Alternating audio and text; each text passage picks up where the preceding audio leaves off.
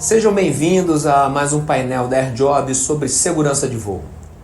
Meu nome é Antônio Mendes Neto, sou o diretor executivo e fundador da AirJob e estarei com vocês nos próximos 45 minutos para apresentar o estudo de caso sobre o acidente com o Varig 254. E por que apresentar um estudo de caso de um acidente que aconteceu em 1989?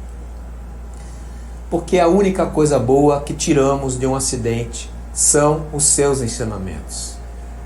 Na vida, só existem duas maneiras de aprendermos: através do conhecimento e pelo sofrimento. E quem passa por um evento não desejável aprende das duas maneiras. Mas será que os aprendizados tirados de um acidente que aconteceu há mais de 30 anos atrás têm alguma valia nos dias de hoje? Hoje, não navegamos mais por indicações de agulhas, como na época do acidente que apresentaremos nesse estudo de caso. E podemos rastrear aeronaves em todo o território brasileiro em tempo real, com grande precisão, independente de radares de solo. Muito dos aprendizados após o acidente com o Varig 254 permitiram várias inovações e progressos em protocolos da atividade aérea, onde podemos destacar a melhora nos projetos de carga G para a certificação de assentos, melhora nos protocolos de respostas a emergências pelos serviços de tráfego aéreo e ênfase para a obrigatoriedade de treinamentos após mudança em protocolos operacionais devido a novos equipamentos embarcados. E desses aprendizados após o evento Varig 254, quais podem e pedem atenção de toda a ligação sistêmica de uma atividade aérea para que mitiguemos a possibilidade de se repetirem? Esse é o objetivo deste painel: elevar o nível de percepção de todos os envolvidos em atividades aéreas para que alguns dos fatores contribuintes do acidente com o Varig 254, acontecido há mais de 30 anos atrás, possuem ainda potencial de recorrência. Isso caso não haja uma análise constante de cada um desses perigos que destacaremos nesta apresentação, bem como se os riscos associados a esses perigos são aceitáveis atualmente ou se migraram para uma análise que nos pede a implementação de defesas para a mitigação de suas consequências caso se repitam. Para que possamos atingir o objetivo proposto deste painel, precisamos fazer um breve histórico, apresentando os dados factuais deste acidente e as conclusões contidas no relatório final do acidente do órgão investigador, que foi o CENIPA. O voo Varig 254 teve origem em São Paulo e tinha como destino Belém, com escalas em Uberaba, Uberlândia, Goiânia, Brasília, Imperatriz e Marabá. A tripulação desse estudo de caso assumiu o voo na escala de Brasília. Mas, após a decolagem de Marabá, a aeronave acabou a sua etapa com um pouso forçado por falta de combustível próximo a São Félix do Xingu. A tripulação, quando estava configurando a aeronave para o cumprimento do plano de voo, ao invés de inserir o pulso magnético 27 no HSI, que é o Horizontal Situation Indicator, inseriu 270. Assim, após a decolagem, ao invés de tomar uma proa para o setor norte, a aeronave tomou uma proa para o setor oeste. Este raio que aparece a partir de Marabá representa o que foi inserido no PNS, que é o Performance Management System da aeronave. Uma distância de 187 milhas náuticas. Mas este equipamento só informa a distância a voar pela aeronave e não o seu rumo ou posição. Muitos acreditam que a inserção errada do pulso magnético a cumprir na etapa do voo foi o primeiro fator contribuinte deste acidente.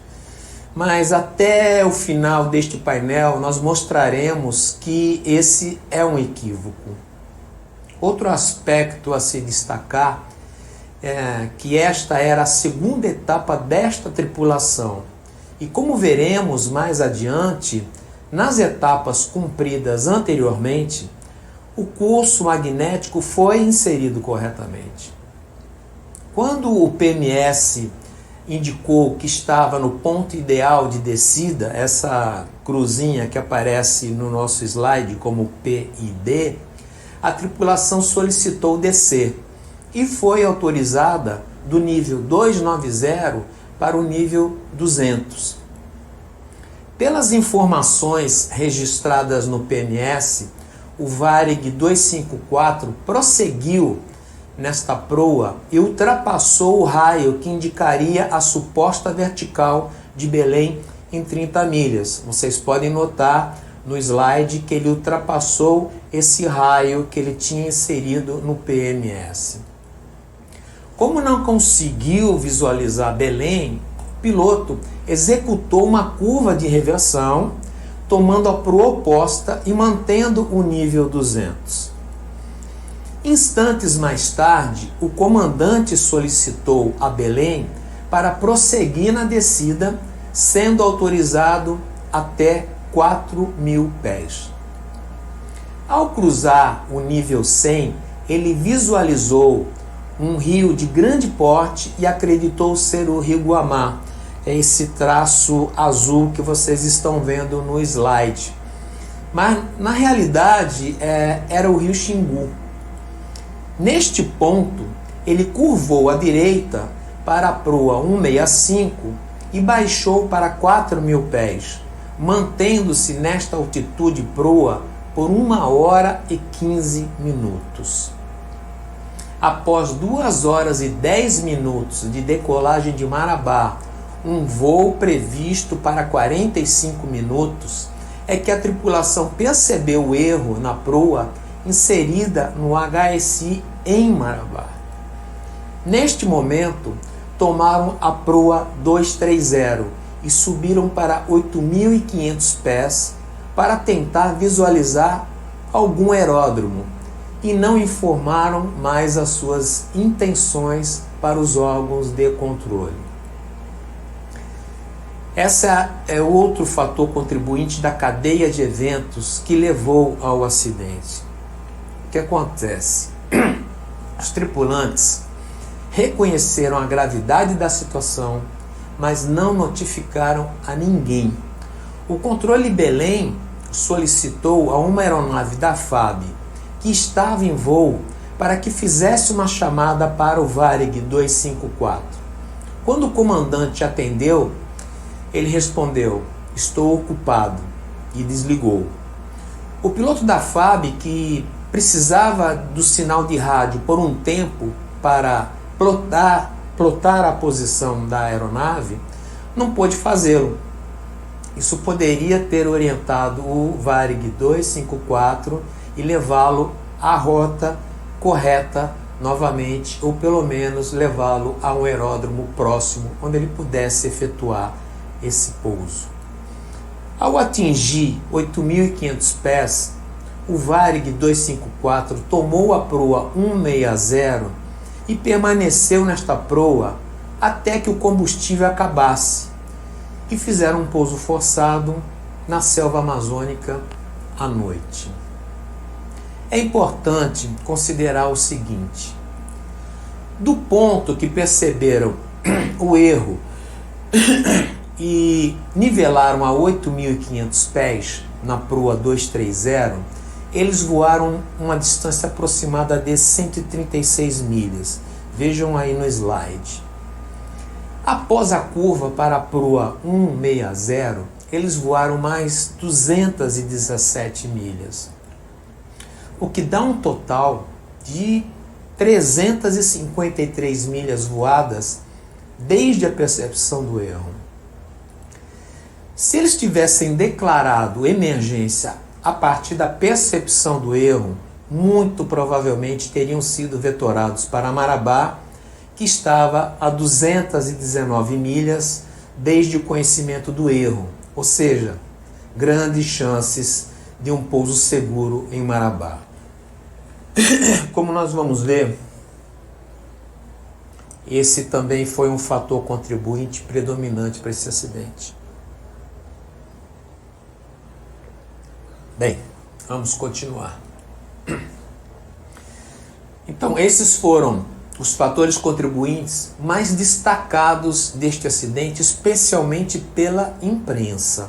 Mas vamos apresentar outros que, além de identificar vários momentos onde esse acidente poderia ter sido evitado, muda a cronologia desses fatores contribuintes. Nós não vamos apresentar todos os fatores contribuintes publicados pelo órgão investigador em seu relatório final, mas vamos dar destaque àqueles que, em ordem cronológica, poderiam ter evitado o ponto de irreversibilidade para o acidente.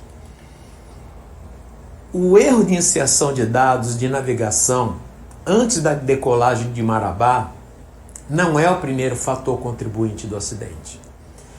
E a omissão da tripulação em não declarar uma emergência é um dos últimos fatores contribuintes deste acidente. Agora, nós temos no slide espaço para identificar outros fatores contribuintes e colocá-los em uma ordem cronológica até o ponto de irreversibilidade, que foi o da falta de combustível em voo. Plano de voo IADS. Esse foi o primeiro fator contribuinte deste evento não desejável, pela falta de treinamento e padronização após mudança em um protocolo operacional devido à implementação de um novo software de geração de plano de voo computadorizado, de sigla IADS, do acrônimo Inteligência Artificial de Dados e Sistemas, isso é mais conhecido como Plano Varig. Antigamente era adotado um plano de voo com 3 dígitos, mas com o início de operação de aeronaves como o MD-11 e o Airbus, que faziam grandes etapas de voo, algumas com mais de 7 horas de duração, foi acrescentado um 4º dígito, o dígito decimal, que resultava em grande economia de horas de voo pela maior precisão de navegação. Esse novo software gerava um plano de voo com um layout diferente dos planos de voo anteriores e, alegando padronização, só restou este tipo de plano de voo na empresa. Só que os equipamentos da época do 737-200 não possuíam precisão de décimo de grau. Eles só tinham 3 espaços para números inteiros. Adicionalmente a este grau de dificuldade criado pelo plano de voo impresso, ele não apresentava nenhum tipo de separação entre os números inteiros e decimais. E os tripulantes da aeronave que não dispunham de equipamentos com precisão de décimos de graus deveriam desprezar o último número à direita. A Varig acabava de introduzir um novo conceito matemático, já que o tripulante deveria desprezar o 0 à direita e não o da esquerda, como aprendemos na escola desde muito cedo e ao qual somos condicionados ao longo de nossas vidas. Assim, Um sistema imprimia um número que precisava ser interpretado com regras diferentes das estabelecidas pela matemática convencional. Toda e qualquer nova norma ou protocolo operacional pede um treinamento, mesmo que seja somente uma apresentação formal sobre o assunto. E quando implementamos uma nova tecnologia em nossas atividades, o treinamento é compulsório, pois só existe padronização operacional com treinamentos. Sem isso, não há a proficiência necessária para que você possa ter uma padronização. Um simples treinamento formal sobre o novo padrão de precisão apresentado nos planos de voo impressos teria mitigado a possibilidade de inserção errada de proas a serem voadas. Contexto organizacional. O ambiente tóxico entre a diretoria de tráfego e a diretoria de operações da empresa é um dos fatores contribuintes deste acidente. Existia um desequilíbrio no clima organizacional da empresa entre essas diretorias, o que causava estresse excessivo, desentendimentos e reclamações, que aumentava os riscos para eventos não desejáveis. Algumas medidas de redução de custos por parte da diretoria de tráfego da Varig sobrecarregavam os pilotos, tais como exigir que os aviões permanecessem não mais que 15 minutos nos aeroportos, bem como a redução do pessoal de apoio em terra. Na base de Marabá, não havia naquela época a figura do DOV, que é o despachante operacional de voo. Como os pilotos tinham que cuidar de várias tarefas, a recomendação da diretoria de operações para que os pilotos realizassem uma checagem do plano de voo em relação à carta de navegação acabou não sendo cumprida no dia para não atrasar a decolagem. Falha na análise de riscos sobre perigos conhecidos. Esse é outro fator contribuinte, e a falta da análise do perigo conhecido, os seus respectivos riscos, agravaram a possibilidade do acidente. E qual era esse perigo conhecido? Já havia sido constatado que a representação do Magnetic Course no novo plano de voo da Varig constituía um perigo, pois outros pilotos já haviam cometido engano semelhante aos tripulantes do Varig 254. No entanto, todos eles perceberam ou foram alertados para o erro a que foram induzidos e tiveram tempo de corrigi-lo. A falha latente está aí. Não foram consideradas as severidades dos riscos para este perigo e da probabilidade da sua recorrência, desprezando um conceito muito importante na segurança de voo, que é apresentado na teoria de Heinrich. E o que diz essa teoria? Em 1931, Heinrich apresentou uma pirâmide para ilustrar um conceito do seu livro, uma abordagem científica para acidentes industriais. Esse conceito diz que, para cada 300 ocorrências anormais, nós teremos 29 acidentes com lesões leves, e para cada 29 acidentes com lesões leves, nós teremos um acidente com lesão incapacitante ou morte. Como resultado, para prevenir recorrências, nós temos que trabalhar na base para diminuir os acidentes com lesões, pois se eu tenho um acidente com lesão ou morte, é porque eu já tive incidentes e ou recorrências anormais relacionadas com aquele motivo.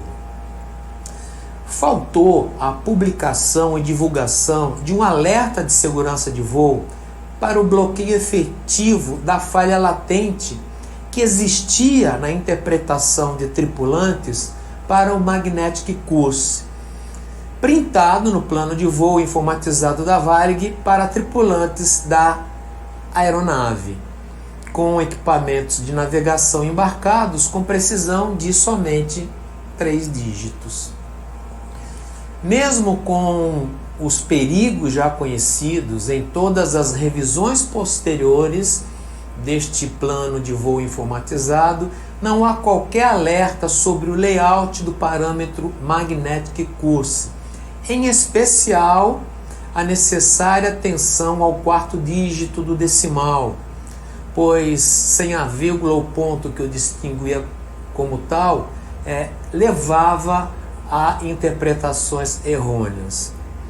Uma 4ª revisão emitida no dia 5 de setembro de 1989, ou seja, 2 dias após a ocorrência do acidente, teve uma revisão por finalidade de complementar a informação sobre o campo Magnetic Course. Então, o 4º dígito mereceu, nesta revisão, acentuado destaque. Foi perdida uma grande oportunidade de melhoria possível através do conhecimento, sem precisar passar pelo sofrimento para o aprendizado colhido. Erro de inserção de dados.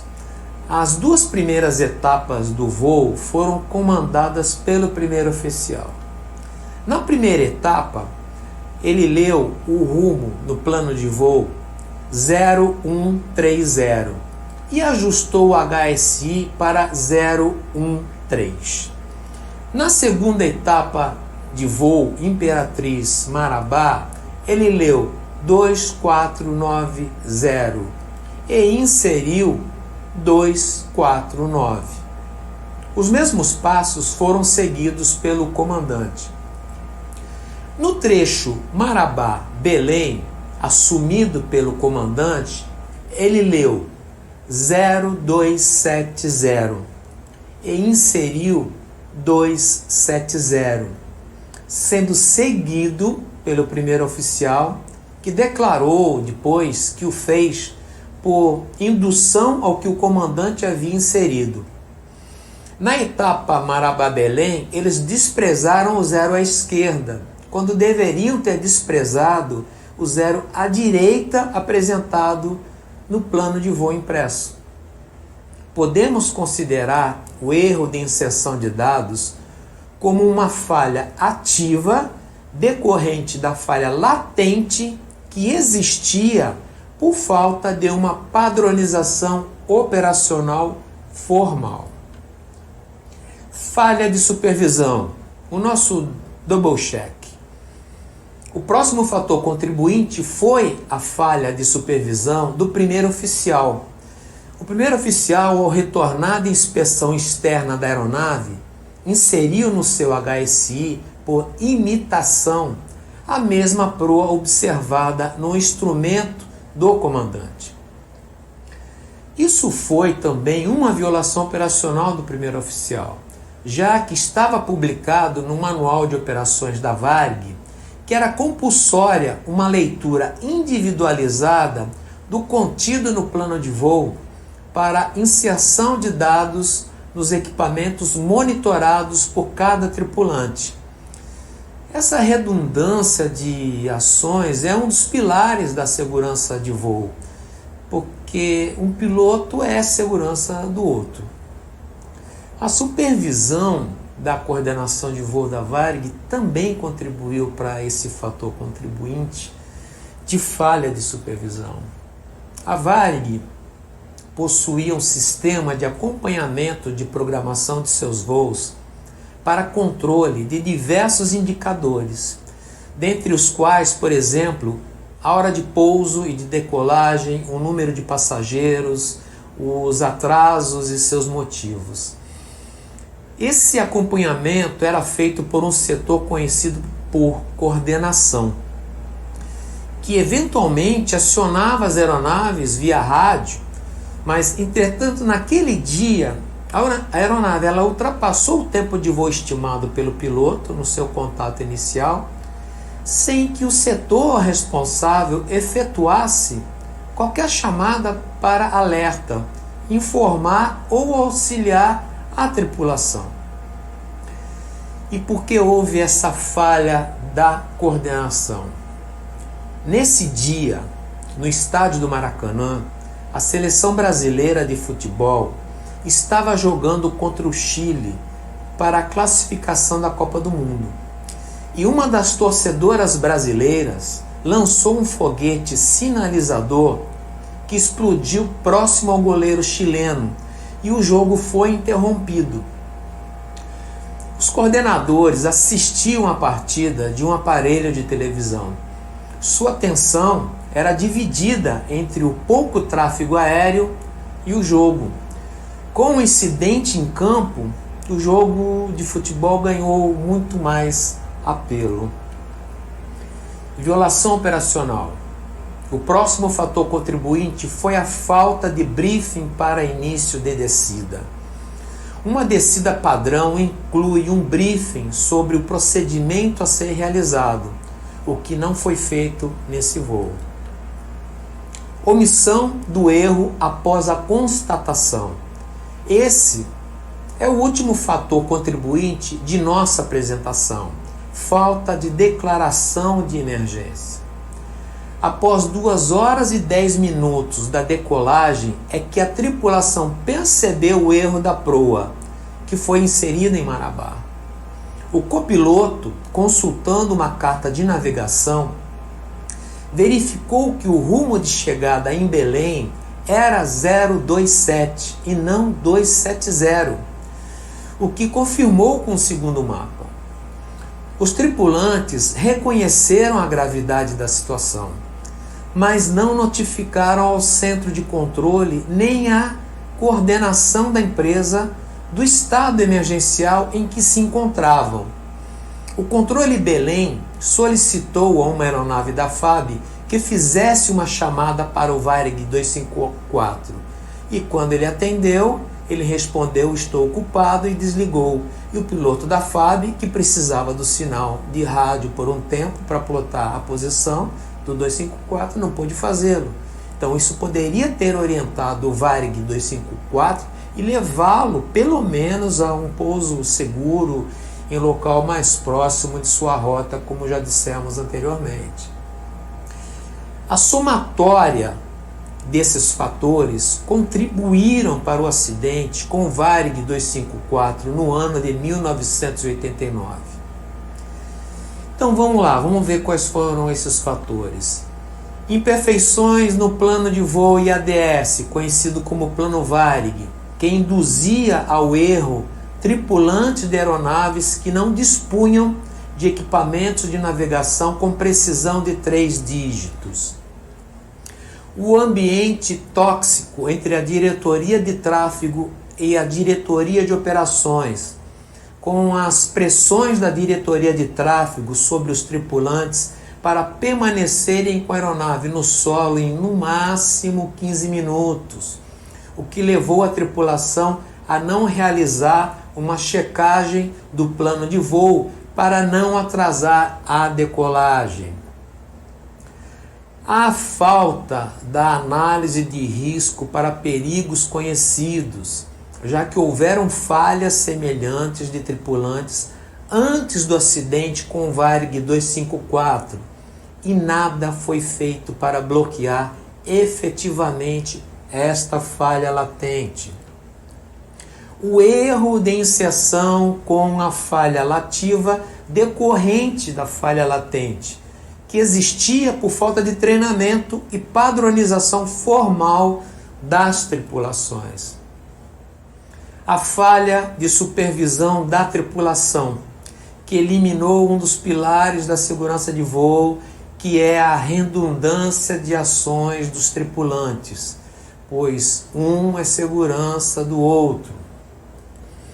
A violação operacional pela falta de aplicação do briefing para início de descida. E o último fator contribuinte que nos interessa, que foi a de não declarar emergência mesmo após conhecerem a gravidade da situação. O modelo Shell nos ajuda a entender o que levou a este acidente.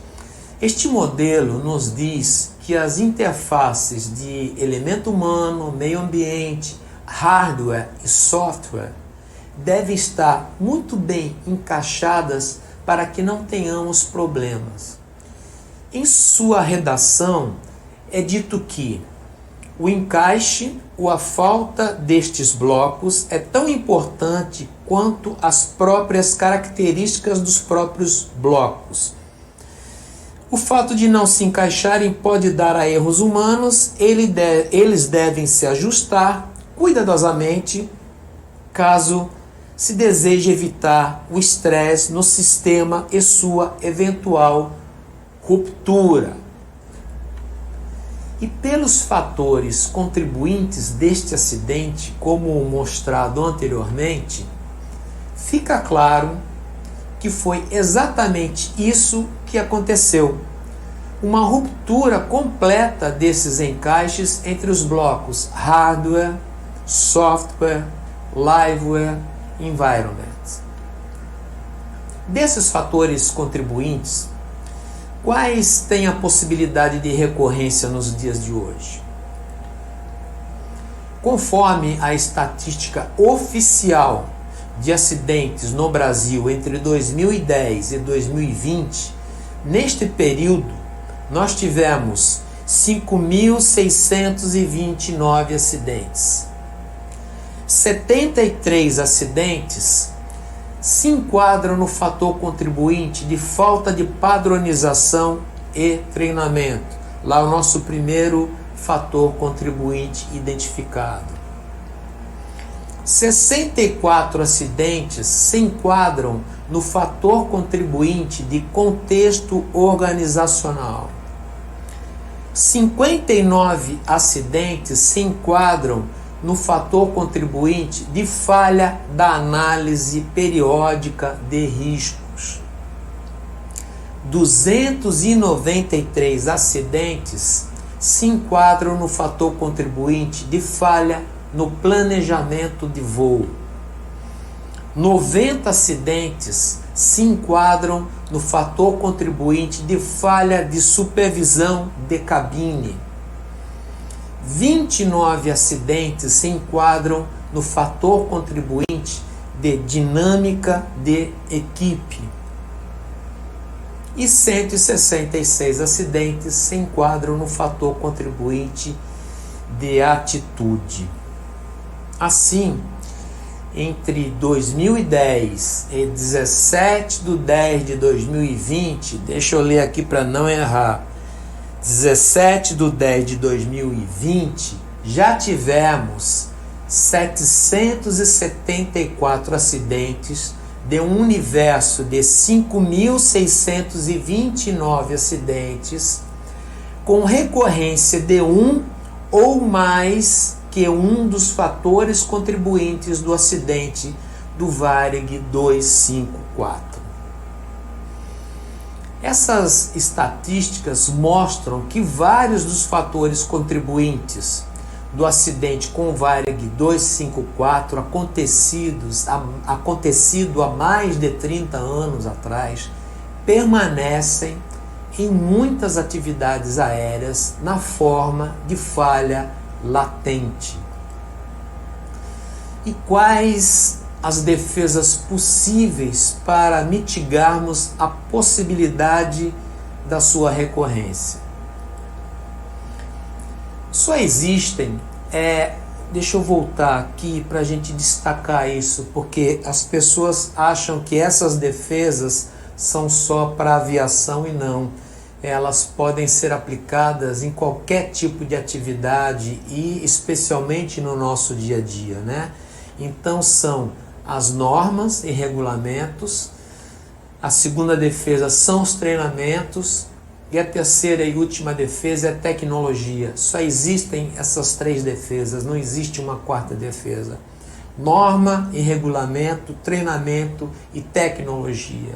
Lembrando que toda norma ou regulamento pede um treinamento, como também qualquer nova tecnologia implementada ou em uso.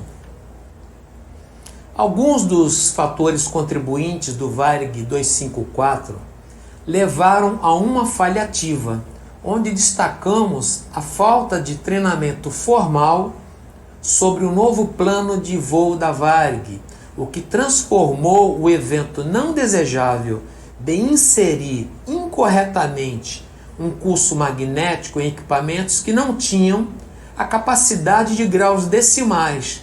Então transformou isso em uma tendência não desejável, porque já tinha acontecido com outras tripulações. Outros fatores contribuintes deste acidente mostraram que o nível de percepção de toda a ligação sistêmica da empresa estava muito baixo. E existem três tipos de treinamento que são fundamentais para elevar o nível de percepção em uma ligação sistêmica.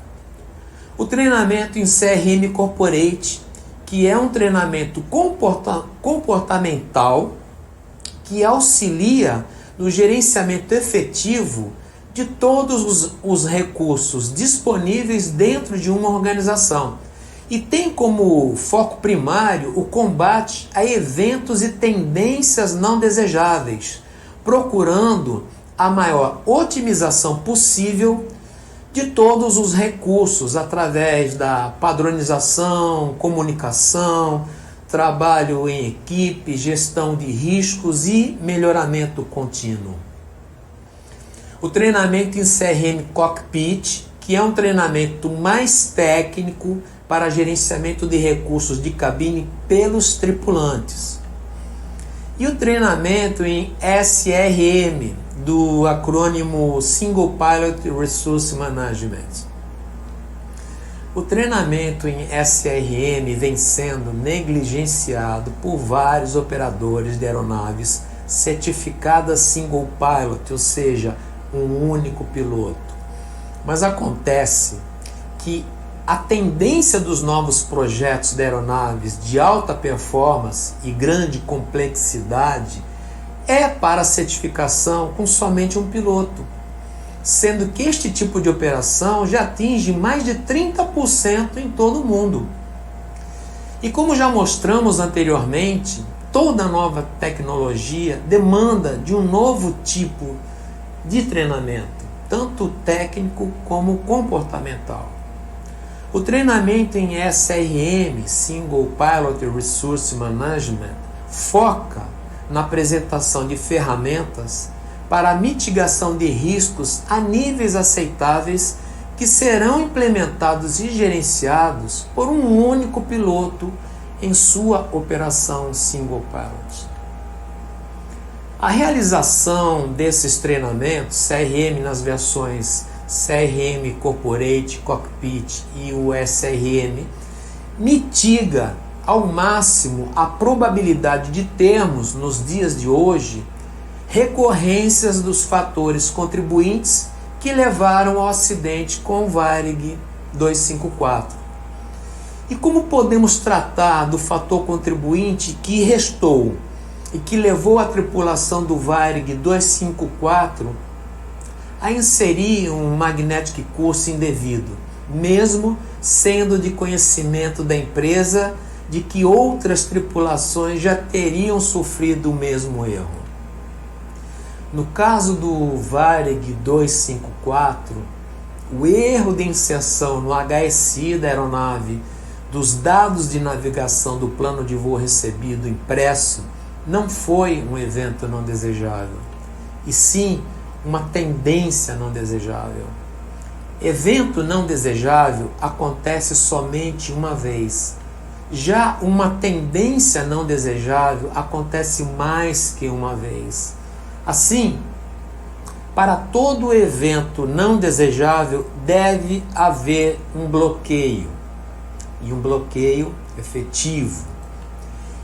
E isso pode ser atingido através de registro de não conformidades ou nosso relatório de perigo, que tem como objetivo primário elevar o nível de percepção de todos para uma falha ou problema latente, o que não foi feito pelo setor de operações da Varig.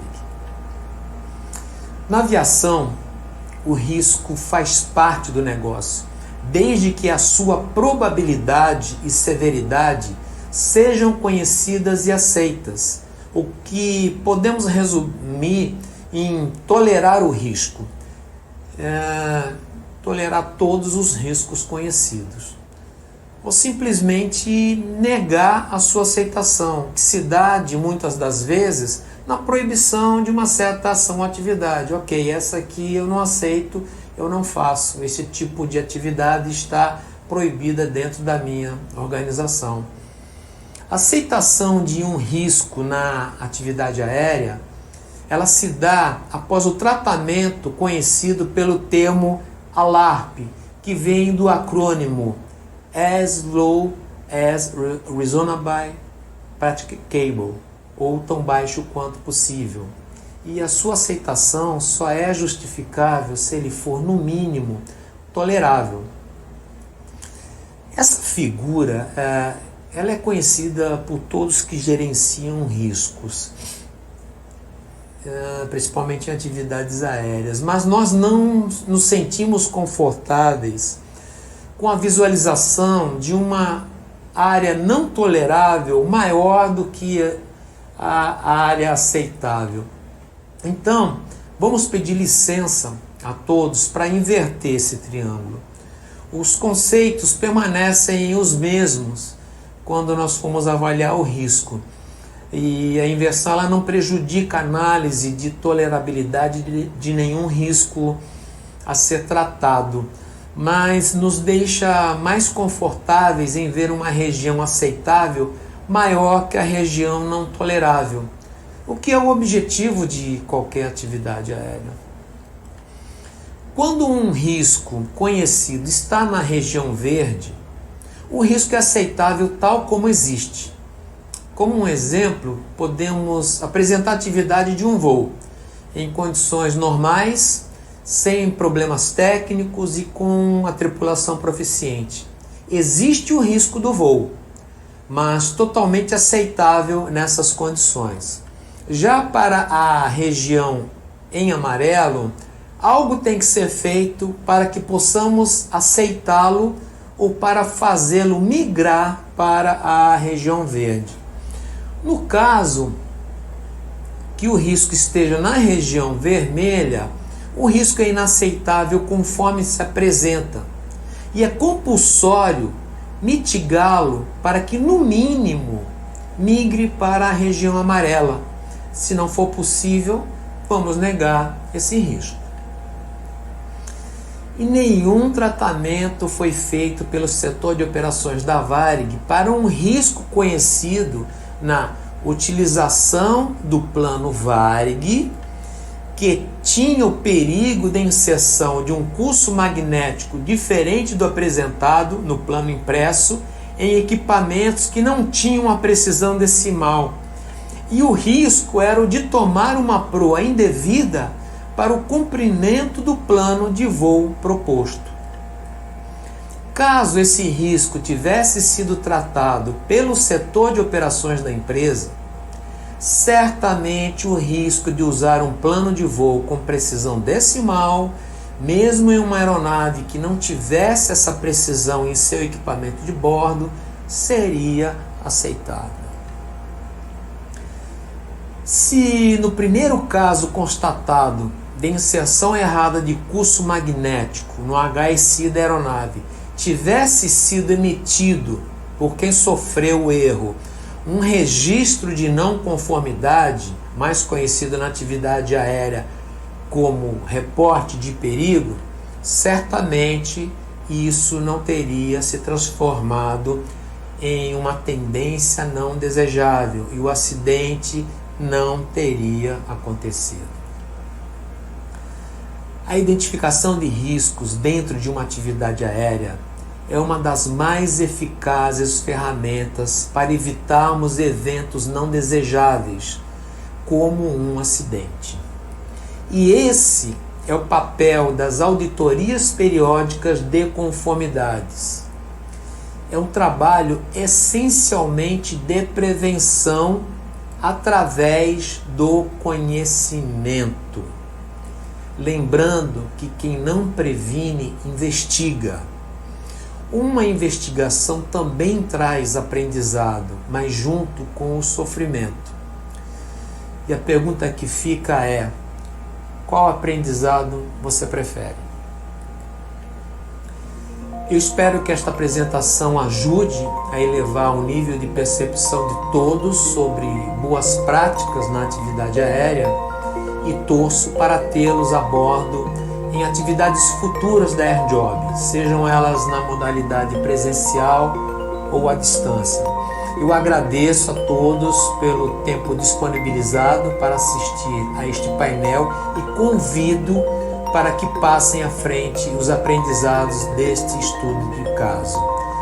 Até a próxima!